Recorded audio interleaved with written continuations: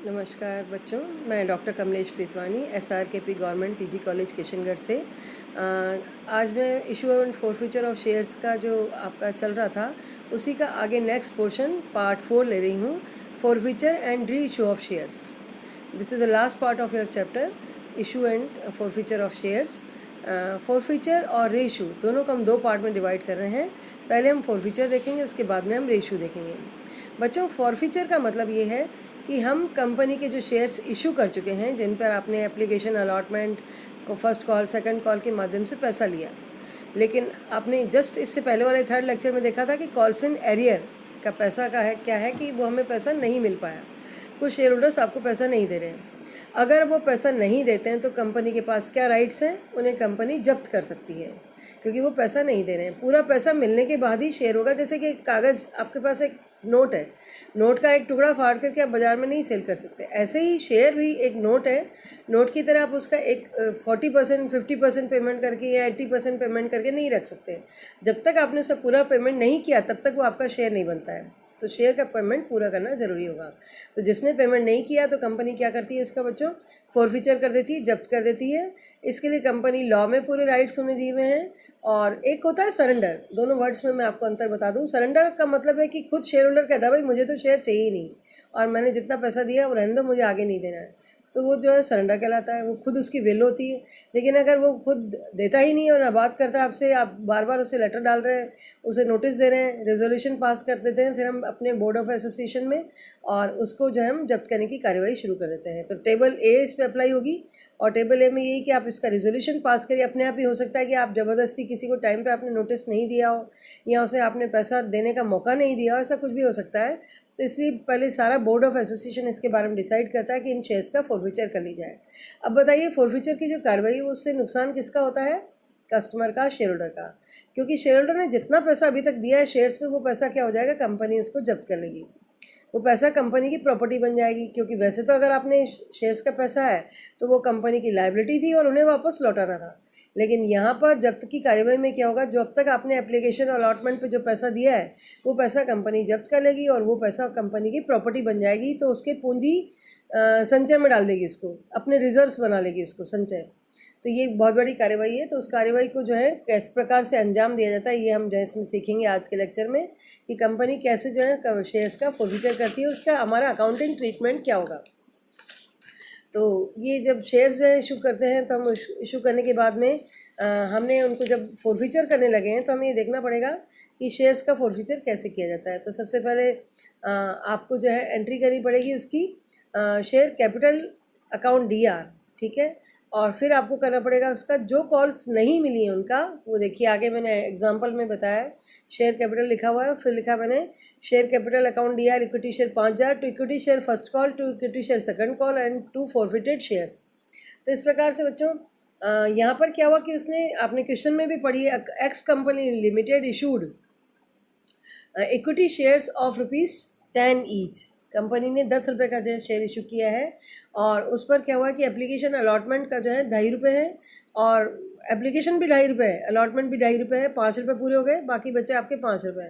5 रुपये में first call पे 3 रुपये हैं और सेकंड कॉल पे आपके 2 रुपये हैं। तो ये 10 रुपये का शेयर हो गया। तो शेयर होल्डर्स ने आपको एप्लीकेशन दे दिया, अलॉटमेंट दे दिया, लेकिन कुछ शेयर होल्डर्स ने आपको फर्स्ट कॉल नहीं दी या सेकंड कॉल नहीं दी। तो हमने क्या किया, उसका जो नहीं मिला पैसे हमने एंट्री कर दी, उल्टी एंट्री। अभी तक आप क्या करते आ रहे थे? टू इक्विटी शेयर कैपिटल, लेकिन अब नहीं दे रहे हैं तो इसलिए आपकी एंट्री अलग हो जाएगी। अब आपकी शेयर कैपिटल DR हो जाएगी। क्यों? क्योंकि शेयर कैपिटल में पैसा कौन सा चला गया था आपका? उसकी जो पैसा नहीं मिलने वाला था उनको आपने इसमें डाला है, फर्स्ट कॉल और सेकंड कॉल का। तो हम क्या करते हैं, वहाँ से वापस उनका पैसा इक्विटी शेयर कैपिटल से निकाल करके और फॉरफिटेड शेयर्स में डाल देंगे। जो पैसा अभी तक हमें मिल चुका है, एप्लीकेशन और अलॉटमेंट का मिल चुका है, उसको हम फॉरफिटेड शेयर का एक नया अकाउंट क्रिएट करेंगे और उस अकाउंट में इस पैसे को डाल देंगे, क्योंकि ये पैसा अब कंपनी की प्रॉपर्टी बन गई, इसको हमने जब्त कर लिया। और जो पैसा नहीं मिला है उसको हमने फर्स्ट कॉल और सेकंड कॉल में ड्यू करके दिखा दिया। एंट्री बनी आपकी equity share capital account DR to equity share first call to equity share second call and last में टू फॉरफिटेड शेयर्स अकाउंट। तो ये जो टू फॉरफिटेड में ये कौन से हैं? 2.5 रुपये, जो आपको उस पर जो है पहले पैसा मिल चुका है, और जो नहीं मिला उसे हमने फर्स्ट और सेकंड कॉल में ड्यू करते हुए दिखा दिया है। तो अब फोरफीचर हुआ है 500 शेयर्स का, ठीक है। तो 500 शेयर्स पे 5 रुपये के हिसाब से आपको कितना पैसा मिल चुका है, 2.5 रुपये मिल चुका है। 5 रुपये में क्या क्या था, एप्लीकेशन 2.5 रुपये और अलॉटमेंट 2.5 रुपये। इसके बाद में बाकी पैसा उसने नहीं दिया फर्स्ट कॉल का, और उसका तो 3 और 2 5 रुपये नहीं दिए। 500 को 5 से गुणा किया आपने तो 2,500 होता है। तो 2,500 को हमने फर्स्ट और सेकंड कॉल में दिखाया है। इसका एक अल्टरनेट मेथड भी मैंने आपको बताया इसमें कि चाहें तो आप इसको कॉल्स इन एरियर खोल सकते हैं। आपको लगे कि क्या फर्स्ट कॉल क्या सेकंड कॉल, जब वो आदमी जा रहा है तो उसका फर्स्ट और सेकंड कॉल क्या, तो हम उसको जो है एक साथ कॉल्स इन एरियर में भी डाल सकते हैं। तो नीचे वाली सेकंड एंट्री देखिए, equity share capital account DR2 calls in arrear में चला गया 2,500, और 2 आपका चला गया फॉरफिटेड शेयर्स में। फॉरफिटेड में तो CR होगा ही होगा। अब ये फॉरफिटेड शेयर्स में पैसा पड़ा रहेगा आपका जब तक कि आप इन शेयर्स को रेशू नहीं करते हैं। तो ये कंपनी कार्रवाई उसके आगे जो कर सकती है, कंपनी को उसको राइट है कि उनको जो है शेयर्स को रीशू कर सकती है।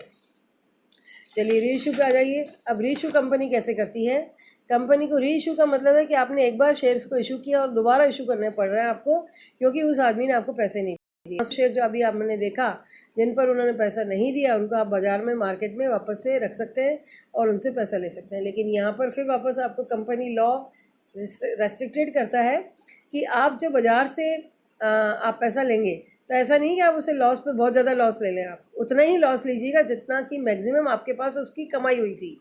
कमाई आपकी कहाँ पड़ी हुई, उन शेयर्स की 500 शेयर की फॉरफिटेड शेयर अकाउंट में। फॉरफिटेड शेयर अकाउंट में 2,500 पड़े हुए हैं, तो लॉस उन शेयर्स पे इतने इससे ज़्यादा नहीं खा सकते आप। उस पर लॉस खाना भी है तो इससे ज़्यादा नहीं, लेकिन कोशिश करिए कि फ़ायदा हो रहा है तो फ़ायदा लीजिए। अब वहाँ पे वापस से आपके रेशो किस तरह से होगा बच्चों, 3 तरीके से। अगर आपका एट पार 10 रुपये का शेयर 10 रुपये चला गया तो एट पार हो गया। अगर आपका शेयर 10 रुपये का 12 रुपये पे मार्केट में चला गया तो ये प्रीमियम हो गया। और अगर आपका शेयर 10 का जो है 8 रुपये पे मार्केट में जा रहा है तो ये 2 रुपये आपका लॉस हो गया।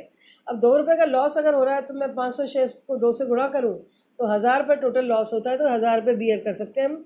लेकिन मैक्सिमम लॉस कितना होगा, फॉरफिटेड शेयर्स में जो पैसा पड़ा है 2,500, उससे ज़्यादा हम लॉस को बियर करने की हालत में नहीं है, बिकॉज एज इट लॉ के अकॉर्डिंग कंपनी लॉ ये हमें इजाज़त नहीं देता। तो इसकी एंट्रीज देखते हैं बच्चों। अगर आपने इसको पहले आपने इसको लॉस पे किया है, दैट मीन्स डिस्काउंट पे आपने किया है, तो क्या एंट्री है, bank account DR, forfeited shares account DR to share capital. अब यहाँ फॉरफिटेड शेयर को हमने DR क्यों किया बच्चों, क्योंकि ये डिस्काउंट लिख सकते थे हम, लेकिन डिस्काउंट लिखें फिर हम इसे फॉरफिटेड में डालें तो इसलिए बहुत लंबा काम है। हम सिंपल काम करते हैं और हम ये करते हैं कि इसको सीधा ही फॉरफिटेड में डाल देते हैं डिस्काउंट वाले अमाउंट को। जो मैंने अभी आपको बताया कि 10 रुपये का शेयर 8 रुपये पे दिया तो 2 रुपये डिस्काउंट है, तो 2 रुपये डिस्काउंट को फॉरफिटेड में डाल दीजिए। और ये 1,000 रुपये फिर आपके पास जो 2,500 पड़े थे उस 2,500 में से 1,000 ले लीजिए और बाकी बचे 1,500 जो है लॉस को कवर करके रिकवर करने के बाद 1,500 अपनी इनकम मान के बैठ जाइए। वो शेयर होल्डर अब आपका शेयर होल्डर नहीं रहा और नए शेयर होल्डर बन चुके हैं। और आपका ये पैसा जो पुराने शेयर होल्डर का पड़ा हुआ था 2,500 में से 1,000 रुपये माइनस करने के बाद 1,500 रुपये आपकी कंपनी की एसेट बन गई और उसे हम कहाँ डाल देंगे, कैपिटल रिजर्व में। अब ये कैपिटल रिजर्व क्या होता है, वैसे आप 12th क्लास में पढ़ के आए होंगे, लेकिन अगर आपका इसका नहीं ज्ञान है या नहीं पता है तो रिजर्व्स को भी मैं कभी अलग से ले लूँगी। और रिजर्व्स 2 तरह के होते हैं, जनरल रिजर्व और कैपिटल रिजर्व। तो यहाँ पर हम कैपिटल रिजर्व की बात कर रहे हैं, तो इसमें केवल कैपिटल से रिलेटेड ही रिजर्व आ सकते हैं, उसी से क्रिएट होगा। क्योंकि आपने अभी पूंजी ली है तो ये पूंजीगत लाभ है, पूंजीगत लाभों को ही कैपिटल रिजर्व में ट्रांसफ़र किया जा सकता है, आप जानते होंगे इसे। तो हम इसको फॉरफिटेड शेयर्स में जो 2.5 में से 1 गया 1,500 को हम ट्रांसफ़र कर देंगे forfeited shares account DR to capital reserve. इसका प्रैक्टिकल क्वेश्चन मैं अगले लेक्चर में लूँगी, 5th वाले में लेक्चर में। लेकिन आप इनको सभी लेक्चर्स को ध्यान से सारे लेक्चर्स को सुनिए और समझिए, और अगर कोई प्रॉब्लम्स रहती है तो आप इसमें मुझे शेयर कर सकते हैं।